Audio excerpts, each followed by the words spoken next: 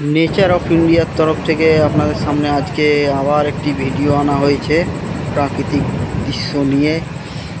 একটি নদীর দিকে আমরা এগোবো ধীরে ধীরে। আমরা একটা নদীর দিকে যাচ্ছি। নদীটির নাম হচ্ছে তারকেশ্বর নদী। আপনারা দেখতে পাবেন এই গরমে নদীতে জল একদমই নেই। নদীতে যখন একটু বর্ষা হয়, বৃষ্টি যদি হয়, সেই সময় নদীতে প্রচুর জল থাকে, নদীতে পেরোনো যাবে না। কিন্তু এখন এই যা গরম, রোদ গরমের মধ্যে নদীতে জল একদমই মনে হচ্ছে শুকিয়ে গেছে। আমরা মানে প্রতি বছর যেটা হয় আর কি, আমরা দেখে থাকি। হেঁটে হেঁটে পেরিয়ে যাওয়া যায়, এক হাঁটু জল হয়তো থাকে। এই একটা কবিতা আছে না, আমাদের ছোট নদী চলে আঁকে বাঁকে, বৈশাখ মাসে তার হাঁটু জল থাকে। কারণ বৈশাখ মাস পেরিয়ে গেছে, আষাঢ় মাস চলছে রানিং। তাতেও দেখা যাক কতটা জল রয়েছে। আশা করি জল, যা গরম, জল মোটামুটি শুকিয়ে গেছে। আপনারা দেখতে পাচ্ছেন নদীর দিকে এগোতে এগোতে নদীর আশেপাশের চারিদিকের দৃশ্য কতটা মনোরম দৃশ্য।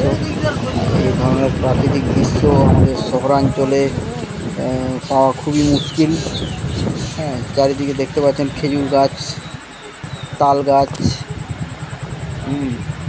তাল গাছ এক পায়ে দাঁড়িয়ে উঁকি মারে আকাশেতে।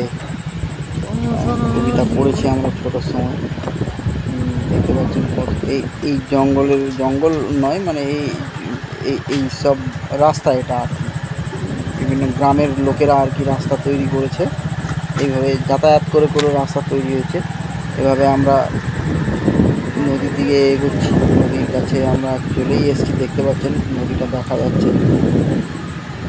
নদীটা আমরা পেরোবো এবারে, নদীর দিকে নামছি। দেখুন নদীতে জল নেই, দু এক জায়গায় ছিটে পড়া জল রয়েছে নদীতে। আমরা গাড়িতে চলতে চলতেই পেরিয়ে যাবো, নামতেও হবে না, যা অবস্থা।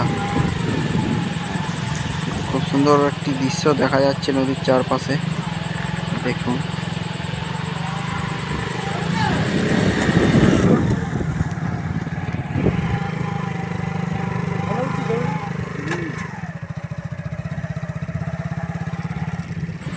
হ্যাঁ, আমরা নদীটি পেরোচ্ছি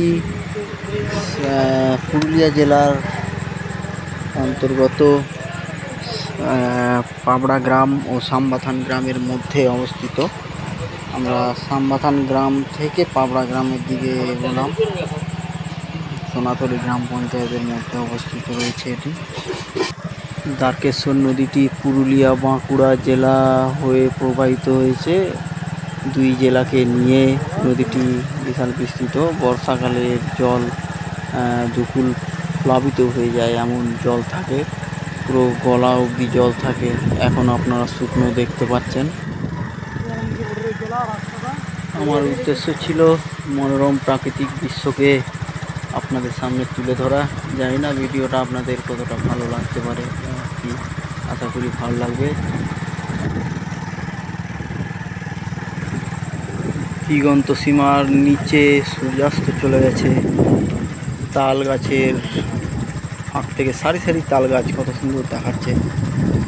এর মাঝখান থেকে সূর্যের কিরণ, আকাশ, খুবই রঙ একটি আকর্ষণীয় দৃশ্য। অদ্ভুত লাগছে পরিবেশটা। এরকম একটি সুন্দর পরিবেশ সামনে তুলে ধরে আমার ভালো লাগছে। সকলকে অশেষ ধন্যবাদ ভিডিওটি দেখার জন্য।